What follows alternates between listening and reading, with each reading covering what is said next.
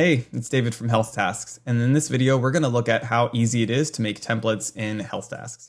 So the first thing you're going to want to do when you log in is go over to your template section in the left sidebar. So we'll click over here, and I already have a curriculum mapping template, but this is step one. If you don't have one already, all you have to do is click Create Curriculum Mapping Template, and you have a choice here. You can either use your own objectives here, or you can import the AACN, which we will use for this example. So if I were to click this, you just have to agree to these terms. This is property of the AACN, and you would say continue with import. Okay, I've already done this. So here's what it looks like once you've imported this. You will see all of the different domains here. There's 10 of these, and there's 230 competencies.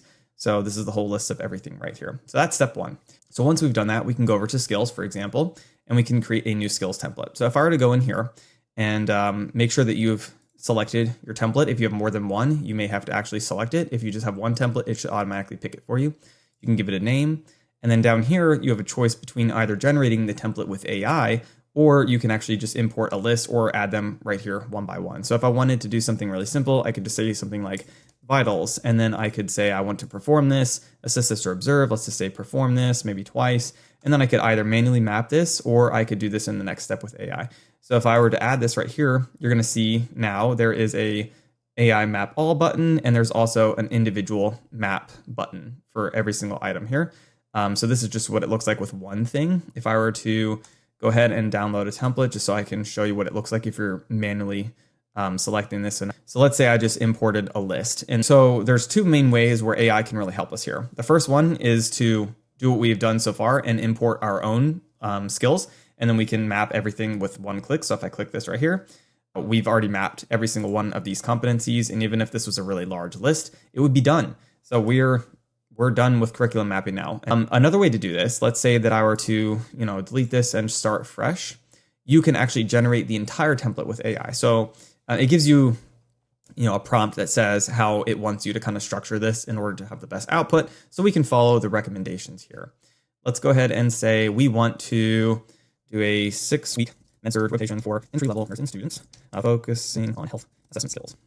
So this could be a description of a clinical rotation that we are going to do. And we can have AI not only create the skills for us, for example, the name of the skill, the requirement level and count, but it will also map everything automatically as well. So let's click this button here, just give this a few seconds to run in the background, and we will have our list. So now we have 26 skills that it just generated for us. Things like comprehensive health history taking, physical exam, and different types of that. So we have general survey, neuro, cardio, respiratory, abdominal, musculoskeletal, skin.